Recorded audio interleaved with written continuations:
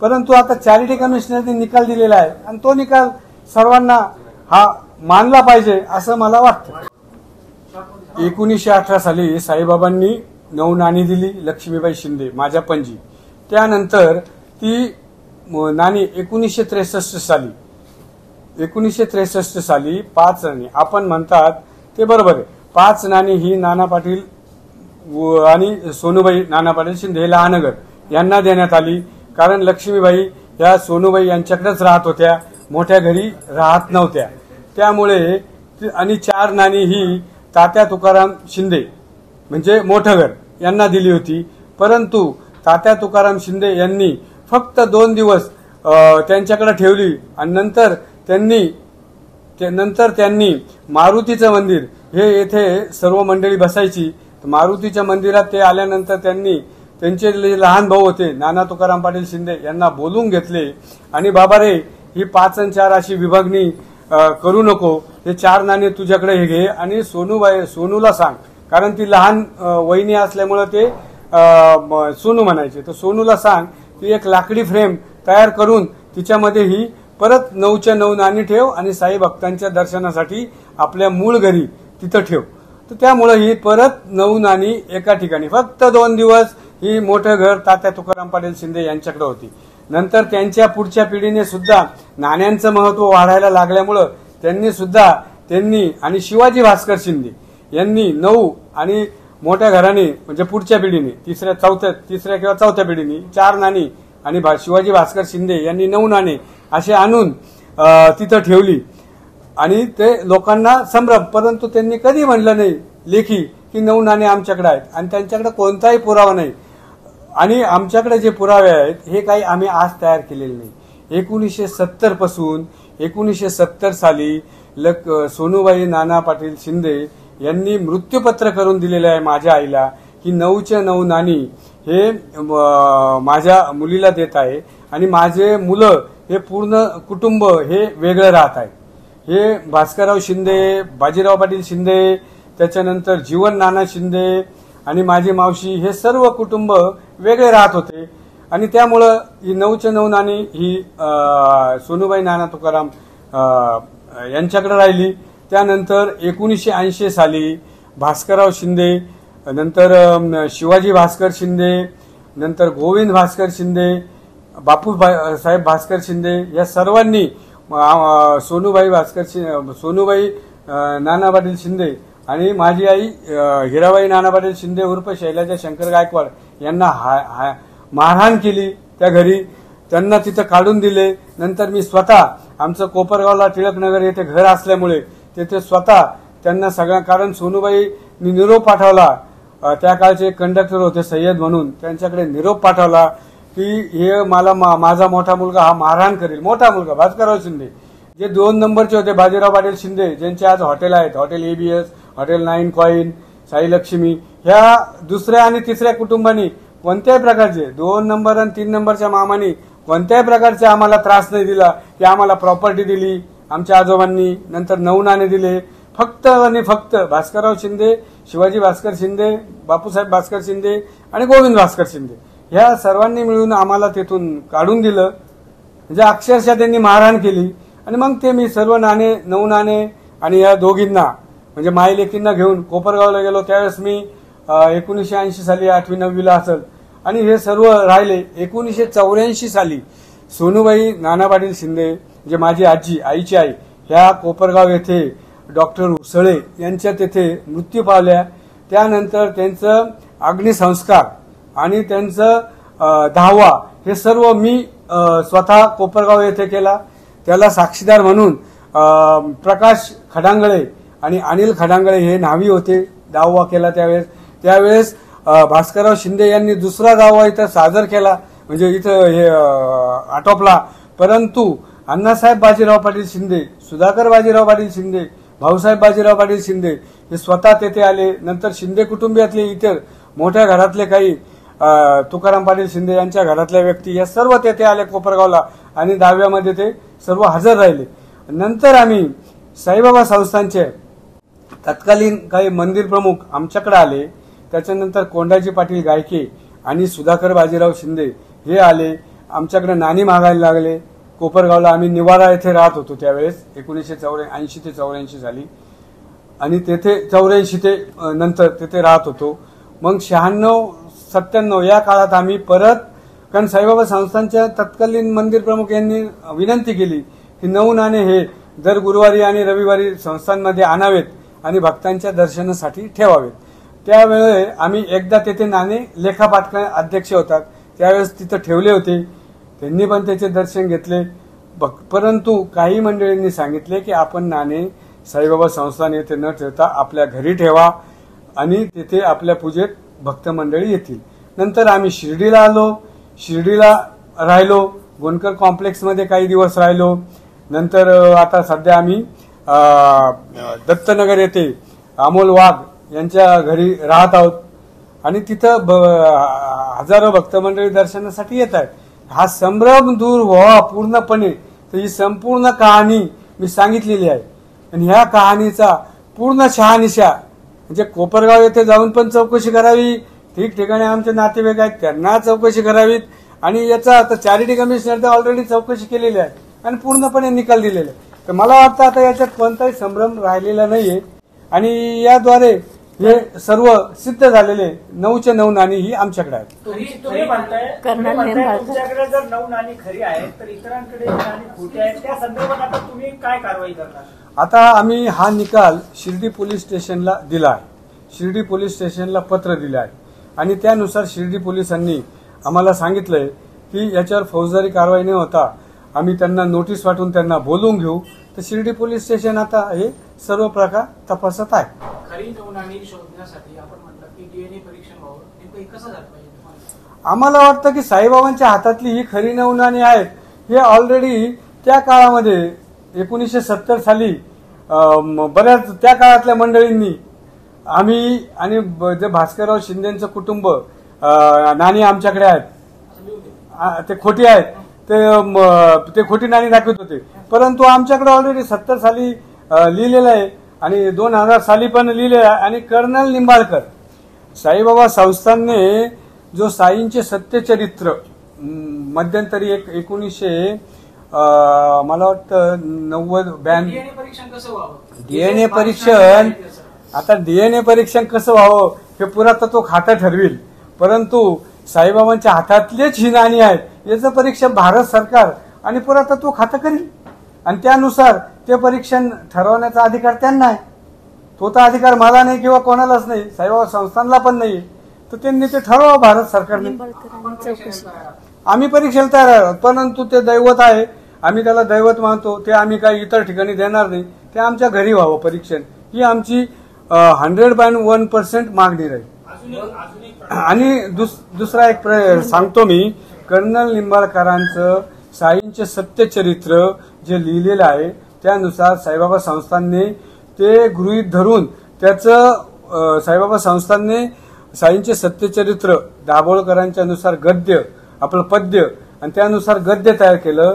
तर त्यांनी सुद्धा त्यांच्या चरित्रात म्हणलेलं आहे की ही सदर 9 नाणी लक्ष्मीबाईंनंतर शैलाजा शंकर गायकवाड यांच्या ताब्यात आहे आणि ती कोपरगाव येथे आहेत असा स्पष्ट उल्लेख साईंचे सत्यचरित्र कर्नल निंबाळकरांनी लिहिलेले दाभोळकरांच्या ग्रंथाहून.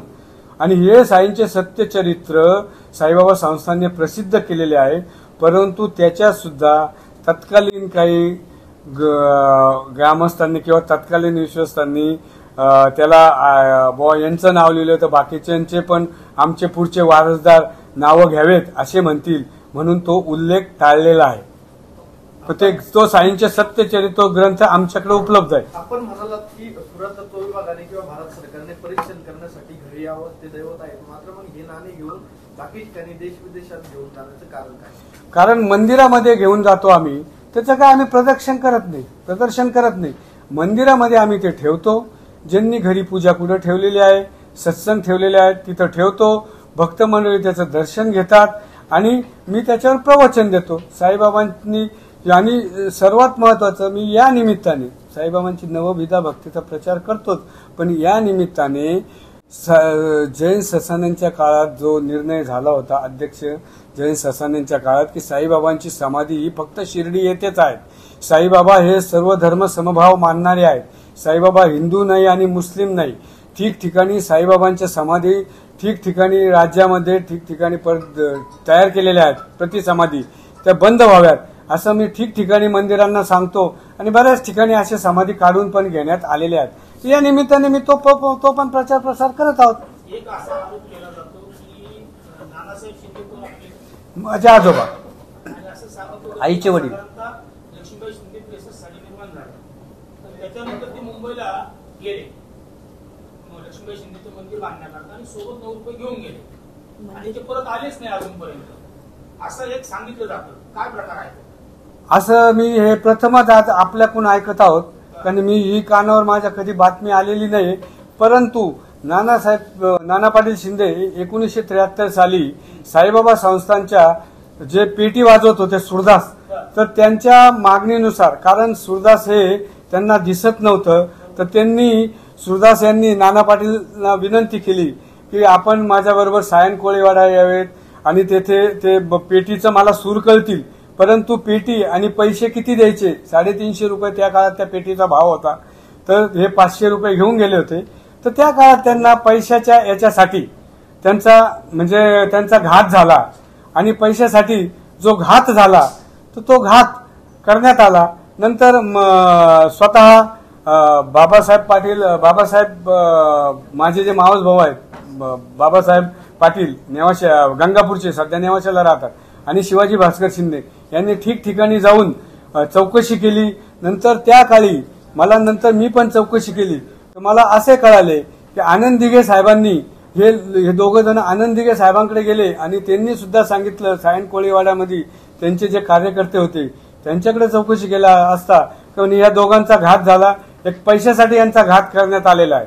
परंतु 9 नाणे ही त्या काळी येथेच होते 1973 साली, आणि 70 साली स्वतः राज कपूर यांच्या मिसेस आल्या होत्या. 73-74 सालचे सुद्धा आमच्याकडे फोटो आहेत, लक्ष्मीबाईंचे, सोनूबाईंचे फोटो आहेत. ते नाणे दाखवत होते. ते सर्व फोटोग्राफ्स आहेत आमच्याकडे आणि मी स्वतः तेथे होतो. त्यामुळं जे खरे आणि खोट्या नाण्यांना खरं बनवण्याचं जे काही षडयंत्र या लोकांनी चालवलं होतं आणि ह्या षडयंत्रात साईबाबा संस्थान सुद्धा सामील झाले, याला मला विशेष वाटतं. पण तो ठीक आहे. परंतु आता चॅरिटी कमिशनरने निकाल दिलेला आहे आणि तो निकाल सर्वांना हा मानला पाहिजे असं मला वाटतं. मागील कालावधीमध्ये आपण किती वर्षापासून ती परवानगी आहे आणि त्याचा आपल्याकडे रिसिव्ह आहे? 2000 सालापासून ट्रस्ट तयार झाला, अधिकृत ट्रस्ट तयार झाला. ग्रामस्थांना कल्पना देण्यात आली की ही 9 नाणी ह्या ट्रस्ट मध्ये आम्ही समाविष्ट केली आहेत आणि त्या दिवसापासून आम्ही मकर संक्रांतीच्या दिवशी, प्रत्येक मकर संक्रांतीच्या दिवशी आम्ही ही मिरवणुकीने ही नाणी घेऊन जातो. ज्या ग्रामस्थांनी तक्रार केली आहे ते ग्रामस्थ त्या मिरवणुकीत सामील आहेत. ते त्या सन्माननीय सदस्य होते त्या कमिटीवर. त्याचे आमच्याकडे सर्व काही प्रूफ आहेत आणि ती नाणी आम्ही साईबाबा संस्थांकडे घेऊन जाण्याच्या अगोदर साईबाबा संस्थानला आम्ही पत्र देत होतो की आम्हाला अशी मिरवणूक काढायची आहे. शिर्डी पोलीस स्टेशनला पण पत्र देत होतो, अधिकृत नगरपालिकेला पण पत्र देत होतो. साईबाबा संस्थांनी आम्हाला अधिकृतपणे तिथं त्यांनी कारण हा संबंध PROला येतो, त्यानंतर व्हिडिओ चित्रण आणि छायाचित्रण आणि याचा संबंध आणि एंट्री सुरक्षा विभागाकडे येते.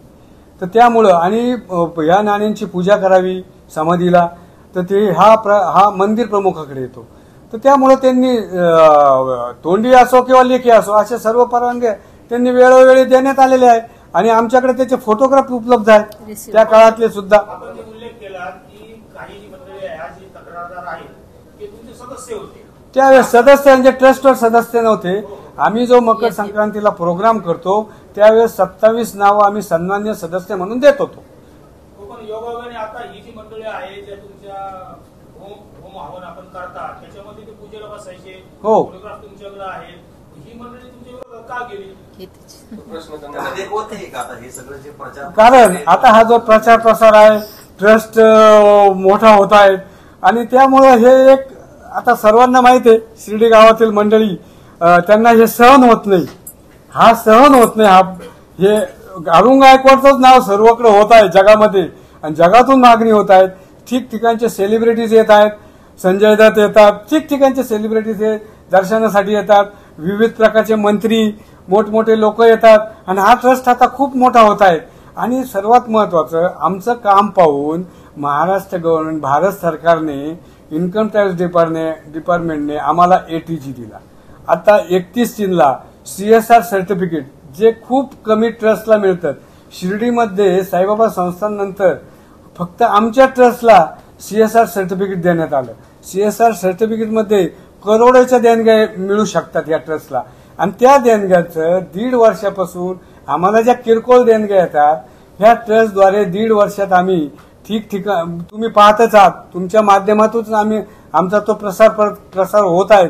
त्याबद्दल मी आमचे आभार मानतो, आपले आभार मानतो की 1.5 वर्षापासून आम्ही नेत्र शिबिर घेत आहोत.